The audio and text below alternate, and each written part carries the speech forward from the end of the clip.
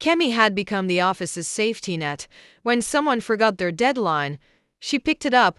When coworkers gossiped behind her back about how she's trying too hard, she chose to believe they were just insecure. When her manager overlooked her for raises 3 years in a row, she convinced herself her time would come. At home, she paid Mrs. Dorajai's utility bills without asking for reimbursement, fixed a leak in the woman's roof with her own savings, and never once asked for rent on time. Dami watched her with growing frustration. "You're helping everyone but yourself, Kemi." She smiled. "That's the point of being alive, isn't it?" Caleb entered her life like a burst of warm wind. He asked questions no one else asked, noticed when she looked tired, laughed at all her jokes.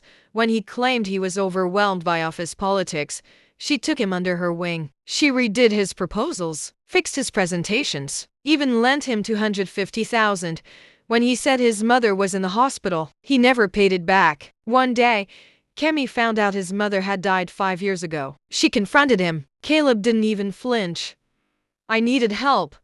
You were the only one willing to give it." The promotion Amara had worked towards for 5 years, the one she had dreamed about, was handed to Caleb. When she questioned Mr. Anazi, the managing director, he gave her a patronizing smile. Caleb shows leadership under pressure.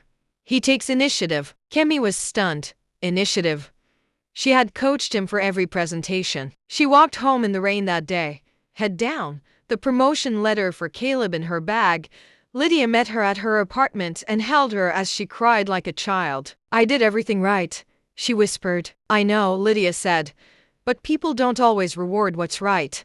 They reward what's loud." That night, Kemi dreamt she was drowning not in water, but in other people's burdens. When she woke up, she made a list of everyone she had been supporting. A cousin who hadn't called her in 2 years but sent monthly requests for money. A neighbor whose kids she babysat every weekend just for a few hours. Caleb. The list went on.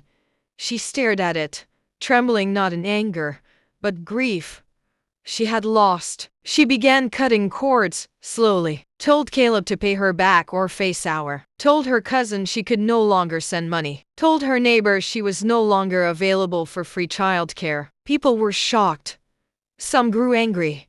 Some disappeared. And for the first time in years, Kemi didn't feel guilty. She started journaling again, took weekend walks with Dami, cooked for herself. She didn't feel heroic, but she felt human. Months later, Kemi attended an industry gala. Caleb was a guest speaker. He told the crowd his story of overcoming workplace adversity. When he name-dropped her as the mentor who believed in him, everyone clapped. Kemi stood in the crowd, hollow-eyed. To be continued. Subscribe, like, share.